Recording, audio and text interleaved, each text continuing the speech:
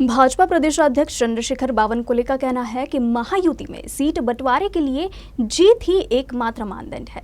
छोटा हो या बड़ा, सभी को सम्मानजनक सीटें मिलेंगी, भले इसके लिए 2 कदम पीछे ही क्यों न लेना पड़े। साथ ही उन्होंने ये भी कहा कि प्रधानमंत्री नरेंद्र मोदी के नेतृत्व में 45 सीटें कैसी जीती जाए, यही हमारा लक्ष्य है। 11 से 12 मार्च तक सीटों को लेकर निर्णय हो जाएगा।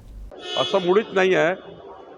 मित्र पक्षांनी आपली बाजू मांडली आहे, आम्ही आपली बाजू मांडली आहे, पण आमचा एकच फॉर्म्युला आहे की मोदीजींच्या नेतृत्वामध्ये महाराष्ट्रामध्ये 45+ जागा जो आम्हाला आत्मविश्वास आहे, जनता मोदीजींना मत देईल, पण ज्या ठिकाणी जो निवडून येऊ शकतो असा उमेदवाराची जागा ही महायुतीच्या समन्वयाने या ठिकाणी मला वाटतं वाटप होईल आणि याकरता आम्ही त्या दृष्टीने काम करतो आहे।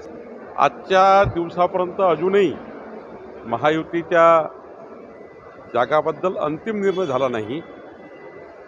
प्राथमिक चर्चा आमची झाली आहे आणि प्राथमिक चर्चा ही उत्तम झाली आहे, समाधानकारक झाली आहे।